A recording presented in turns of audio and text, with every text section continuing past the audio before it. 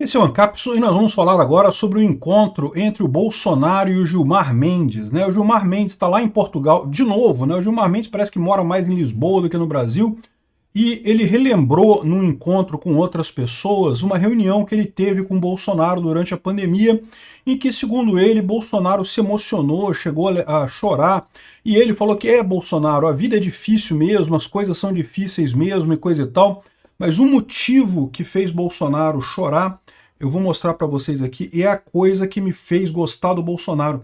Para quem lembra do meu canal em 2019, eu criticava Bolsonaro, eu nunca fui fã do Bolsonaro. Eu sempre achei que o Bolsonaro iria ganhar a eleição de 2018 e iria tirar o Paulo Guedes e acabar fazendo políticas econômicas absurdas.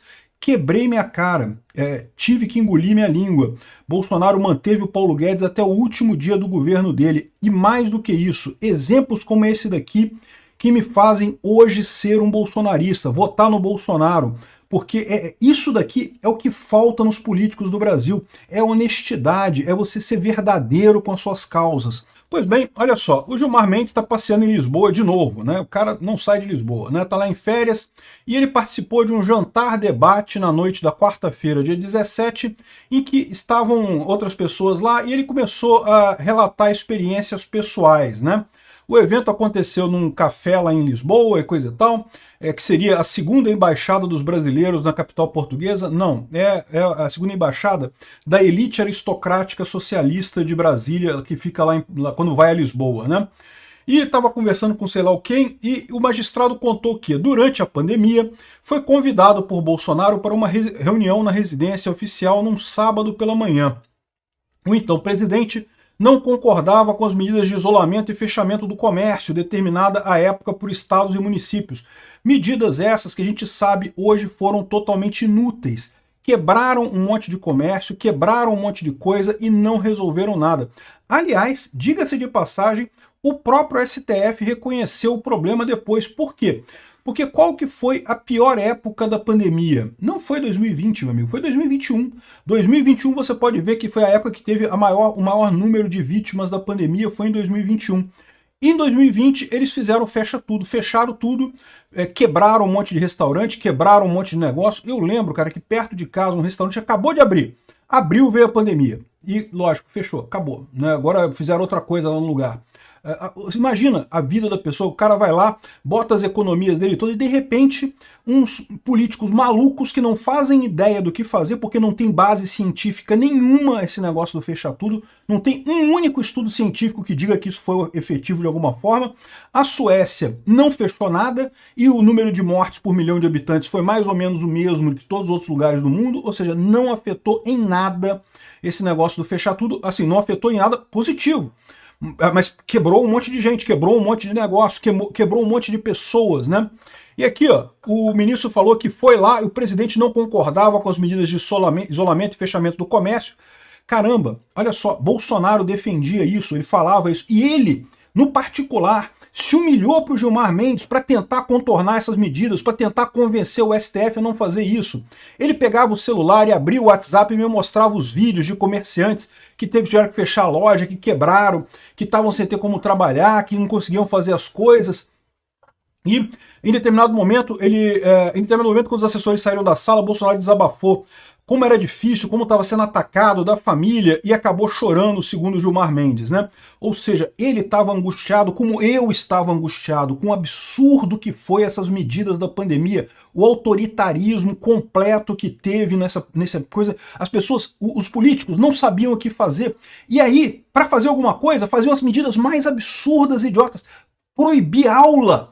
Proibiram, o Brasil ficou 2 anos sem aula nas escolas, cara. Isso é uma marca que vai prejudicar essa geração que é jovem hoje em dia aqui no Brasil, vai prejudicar o Brasil por anos e anos, décadas e décadas, por causa dessa ideia idiota de proibir aula numa doença que criança não pega, não tem dificuldade nenhuma. É muito raro alguma criança ter uma complicação da Covid, ou seja, nenhum país do mundo ficou tão fechado quanto o Brasil em termos de escola. De novo, a Suécia não parou nada. O Uruguai não parou as escolas. Continuou tendo aula no Uruguai normalmente e não teve nenhuma catástrofe, não teve nada demais. O número de mortes por milhão de habitantes foi mais ou menos o mesmo no mundo todo. Infelizmente, numa pandemia morre um monte de gente. Realmente é uma coisa muito triste isso. Não há o que se fazer. Todas essas medidas foram inúteis. Ao invés de resolver alguma coisa, de ajudar alguma coisa, quebraram um monte de gente, destruíram a educação das crianças a troco de bolota, a troco de nada. E Bolsonaro, como eu fiquei, achei um absurdo, fiquei angustiado com isso, Bolsonaro ficou também. Bolsonaro chegou a chamar o Gilmar Mendes, chorou pro Gilmar Mendes para convencer ele. Pelo amor de Deus, tenha humanidade. Pense nas pessoas, não pense na política. Não pense só em se mostrar como bambambam, eu sou a ciência. Vocês são negacionistas e não sei o que lá. Tem que fechar tudo porque eu mandei, porque eu acho que é o certo e não sei o que lá. Ao invés disso, seja humano, deixe as pessoas tomarem as decisões, né? As pessoas que estavam com medo, que eu entendo, realmente foi assustadora, uma doença que, né, muita gente morreu dessa doença, uma doença muito triste, né? As pessoas que estavam com medo, pessoas que tinham parentes mais idosos, pessoas que precisam se cuidar, eu recomendo que cuidasse mesmo, eu falei isso na pandemia, eu saí todos os dias durante a pandemia justamente para marcar meu ponto, meu argumento contra o absurdo que foi o Fique em Casa. Mas eu acho, né, eu moro só eu com meus filhos são novos, então não tem problema, mas eu acho que quem mora com pessoa idosa, com pessoa mais velha, tem que tomar um pouco mais de cuidado, eu concordo, as pessoas de mais idade, essa doença é principalmente era uma doença, não, ainda é, né, ainda existe ainda a Covid, né, é uma doença principalmente das pessoas mais velhas, né, mas caramba, quem é mais velho, a maior parte, o pessoal é aposentado, então pode ficar em casa. Beleza, você fica em casa. Por que tem que proibir as pessoas de trabalhar? Qual foi a lógica disso? Que lógica mais idiota, não tem mais nenhum sentido essa coisa. Quebrou a vida das pessoas, deixou um monte de gente em necessidade, quebrou um monte de negócio, provocou a inflação no ano seguinte. E tá vendo? É isso que eu falo, é isso que eu admiro do Bolsonaro.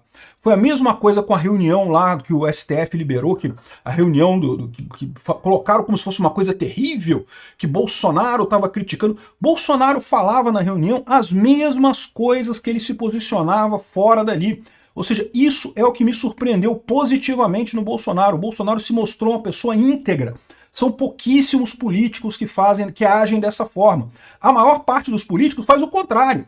Na frente, né, o Lula, por exemplo, né, o Lula fala que não, que somos verdes, que temos que fazer economia verde, não sei o que lá, não sei o que lá. Aí quando vai se reunir com o Gilmar Mendes, o Lula fala, não, senhor, porra nenhuma, libera aí o petróleo na margem equatorial e não sei o que lá, vamos resolver isso daí, não tem essa não. Esse papo de ecologia é só pros otários lá de fora. Isso é o típico do político. É o cara que na frente de todo mundo fala uma coisa, aí quando tem as reuniões na retaguarda, quando tem as reuniões, os conchavos lá, é outra história completamente diferente. Isso é o típico do político, né? O Bolsonaro não. O Bolsonaro, o que ele falava na televisão, o que ele falava para todo mundo, era a mesma coisa que tá o Gilmar Mendes confessando aqui que Bolsonaro fazia isso, né? Procurado pela coluna do Estadão, o Bolsonaro confirmou o encontro e admitiu que se emocionou sim, relembrou que falou da família, da facada, das dificuldades que teve para chegar na presidência da República e sobre as medidas de enfrentamento à Covid. Bolsonaro disse que ressaltou a Gilmar que o governo federal tinha o general Braga para gerenciar a crise pandêmica, né? Ou seja, o Bolsonaro confirmou que aconteceu esse encontro mesmo. E isso daqui é uma coisa bacana, isso mostra que o Bolsonaro é a mesma pessoa. Isso é muito raro em político. O que mais tem é político que para fora fala uma coisa, mas nos conchavos lá dentro, meu amigo, a história é totalmente diferente, né? Eu tenho certeza que o Gilmar Mendes não falou isso aqui para elogiar Bolsonaro. Para esse pessoal, isso é errado. Nossa, Bolsonaro queria abrir os negócios. Como ousa se preocupar com economia? A economia a gente vê depois, né? E sei lá o quê, não sei o que lá, aquele papo idiota que não tem sentido nenhum, não tem lógica, não tem embasamento científico nenhum. Continua na cabeça desse pessoal aqui, né? Aqui o DCM fala, tá vendo? Bolsonaro, ele mostrava vídeos no celular e chorando, o pessoal aqui botando como se o Gilmar Mendes achasse que Bolsonaro, que coisa errada isso, né? Que absurdo isso, né? Pois é, o problema é que eles não percebem como é que essa informação que eles estão liberando chega no povo. Porque o povo pensa como eu.